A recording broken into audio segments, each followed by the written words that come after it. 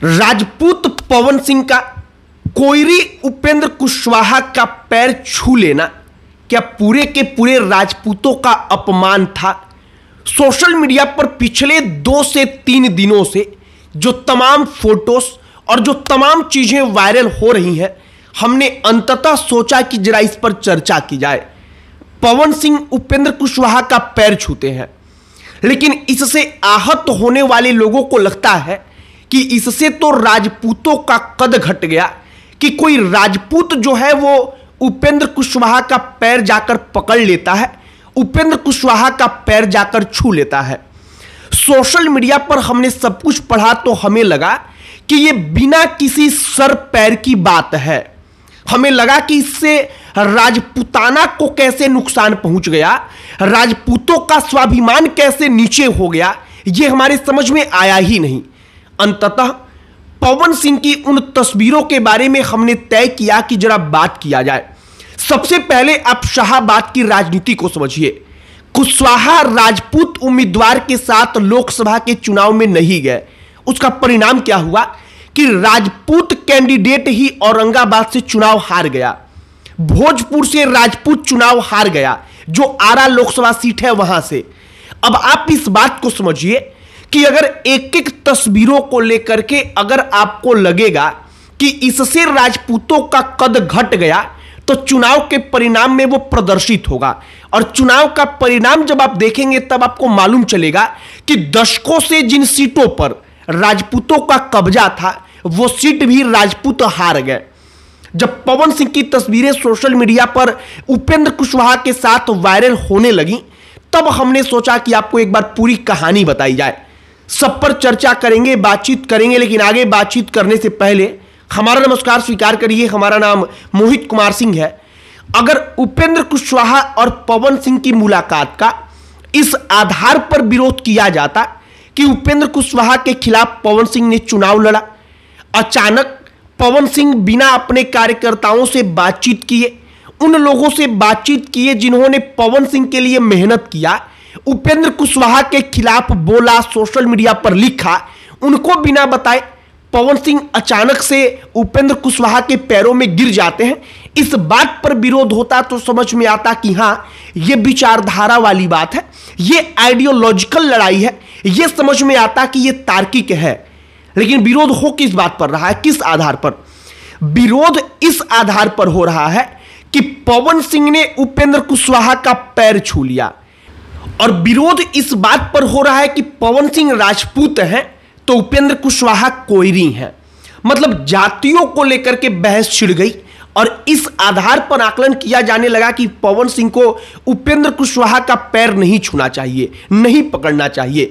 तो एक बात आप समझिए, जो शाहाबाद का इलाका है वहां पर राजपूत अच्छी स्थिति में है, मजबूत स्थिति में है, लेकिन अगर कुशवाहा को अलग रख दिया जाए तो राजपूत वहां पर चुनाव नहीं जीत पाएंगे।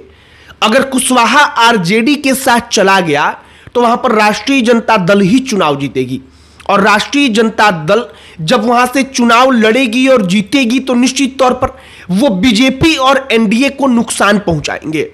और पवन सिंह उपेंद्र कुशवाहा का पैर छूते हैं तो वो उसी रणनीति का हिस्सा था कि एक बार पवन सिंह को भेजा जाए, उपेंद्र कुशवाहा से पहले वो गले मिलेंगे, उनका पैर छुएंगे, और उसके बाद वो भारतीय जनता पार्टी में शामिल होंगे। तो कुल मिलाकर शाहाबाद की राजनीति के लिए वो एक तस्वीर बड़ा महत्वपूर्ण था।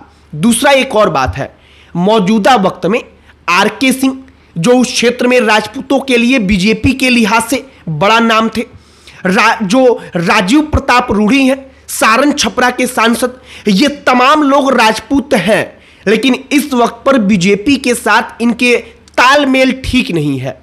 कहा जा रहा है कि भारतीय जनता पार्टी को शाहाबाद क्षेत्र में एक ऐसा राजपूत चेहरा भी चाहिए जिसको चुनाव में भुनाया जा सके, और पवन सिंह उसके लिए परफेक्ट बन सकते हैं। इसलिए क्योंकि पहली बात, भोजपुरी इंडस्ट्री में रहते हुए भी जब जब लड़ाई हुई है पवन और खेसारी के बीच में, तो उसका एंगल जो रहा है वो जातियों से जोड़ करके ही रहा है। ग्राउंड पर, सोशल मीडिया पर जो तमाम लोगों ने पवन को समर्थन किया है, वो पवन सिंह राजपूत है इसलिए किया है। ये सच बात आपको हम बता रहे हैं खेसारी लाल यादव यादव हैं, इस नाम पर यादवों ने खेसारी का समर्थन किया है, तो इस लिहाज से पवन सिंह राजपूतों के राजनीति में फिट बैठ सकते हैं। दूसरी बात, पवन सिंह को किसी पहचान की जरूरत नहीं है, वो पहचान के मोहताज नहीं है। अगर कोई नया नेता स्थापित करना होगा भाजपा को राजपूतों का, तो सबसे पहले उसको उतने बड़े कद तक पहुंचाना होगा, उसके पहचान को स्थापित करना होगा। लेकिन पवन सिंह के साथ क्या फायदा है? फायदा यह है कि पवन सिंह के बारे में हर कोई जानता है। पवन सिंह को किसी पहचान की जरूरत नहीं है, वो जाना पहचाना चेहरा है। और पवन सिंह को अगर वेटेज दिया जाएगा शाहाबाद की राजनीति में भारतीय जनता पार्टी की तरफ से, तो राजपूत वोटर उनके साथ आ सकते हैं। लेकिन जरूरी यह है राजनीति में कि तालमेल बिठाया जाए, सामाजिक समीकरण को सही रखा जाए। और इसके लिए जरूरी था कि पवन सिंह उपेंद्र कुशवाहा से गले मिले, और उपेंद्र कुशवाहा चूंकि उम्र में उनसे बड़े हैं, इस लिहाज से पवन सिंह उनका पैर छू लेते हैं। हालांकि कुछ लोग, तथाकथित लोग, जिनको लगता है कि इससे राजपूती स्वाभिमान को चोट पहुंच गया, वो आकर के वीडियोस बना करके सोशल मीडिया पर तमाम पोस्ट लिख करके पवन सिंह और उपेंद्र कुशवाहा की इन तस्वीरों को डालकर कहते हैं कि देखिए, ये तो राजपूतों का इज्जत ही घट गया, पवन सिंह का पावर कहां चला गया। हालांकि हमें लगता है कि ये तमाम बातें हैं वो शुद्ध रूप से बेवकूफी भरी बातें हैं। यहां पर किसी जातीय गौरव का कोई प्रश्न उठना ही नहीं चाहिए। ये राजनीति है और राजनीति को राजनीति के लिहाज से ही देखना और समझना चाहिए। क्योंकि अगर राजपूती गौरव इससे कम हो रहा था तो औरंगाबाद में राजपूत कैंडिडेट चुनाव हार गया, क्या इससे कम नहीं हुआ? भोजपुर में हार गया, क्या इससे कम नहीं हुआ?